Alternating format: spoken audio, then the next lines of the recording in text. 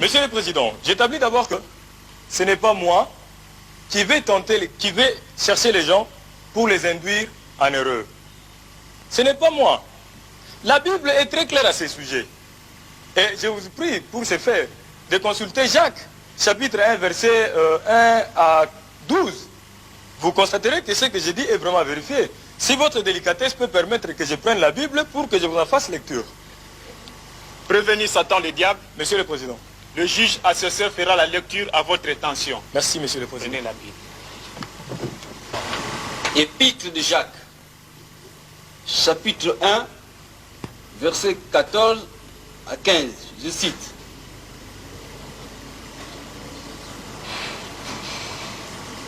Mais chacun est tenté. Et quand il est tenté, il est attiré et pris au piège par son propre mauvais désir. Ensuite, le mauvais désir conçoit et donne naissance au péché. Et quand le péché est pleinement développé, il donne naissance à la mort. Fin de citation. Merci, monsieur.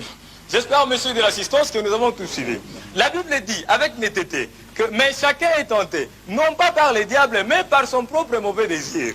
Puis son propre mauvais désir, quand il a conçu, enfante le péché. Et le péché parvenu à son terme, produit la mort. Voyez-vous que jusque-là, je ne suis pas engagé. Dieu dit, voici, je mets devant toi les biens et les mal. Mais toi, choisis les biens afin que tu vives. C'est dans Ésaïe, Dieu dit ça. Voici, je mets devant toi les biens et les mal. Dieu dit, je mets, c'est Dieu lui-même qui met les biens et les mal devant l'homme. Il dit, mais toi, choisis les biens afin que tu vives. Mais Dieu met les mal. Les mal, c'est quoi? Les mal, c'est qui?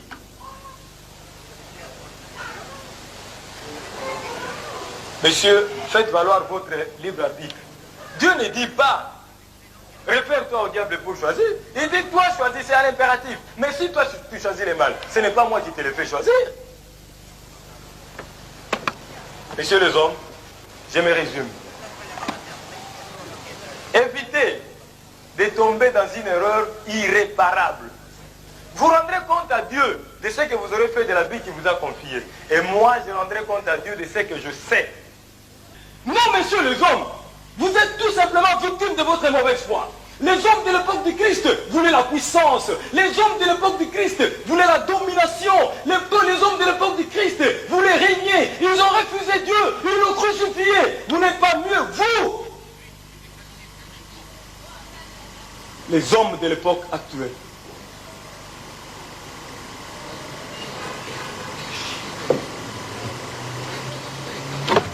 Messieurs les hommes, encore une fois, soyons sérieux. Vous êtes des incapables, tous des incapables. Un laps de temps suffit pour qu'on vous retrouve dans des prières de confession interminables. Observez, je vous prie. Les hommes qui s'efforcent de paraître justes devant Dieu. Eh bien, vous constaterez que je ne compose jamais avec ces personnes-là, bien que par moments, il m'arrive de perturber leur vie. Mais pourquoi pensez-vous que je ne compose jamais avec ces gens-là? Pourquoi? Eh bien, parce que je n'ai pas qualité. Mais pourquoi croyez-vous que je ne compose jamais avec ces gens-là? Eh bien, parce que tout simplement, cela m'est interdit. Je n'ai pas les droits, je n'ai pas le pouvoir de m'immiscer dans leur vie.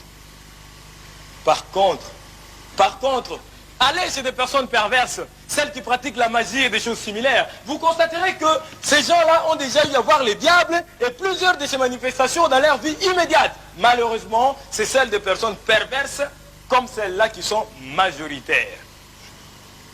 Vous fréquentez les cimetières en quête de puissance dominatrice que les esprits malins procurent aux mauvaises gens. Vous aimez l'argent par-dessus tout. Vous enviez la femme du prochain. Tout cela est réprimé par la Bible, mais vous le faites. Vous avez votre conscience pour vous arrêter, mais vous refusez.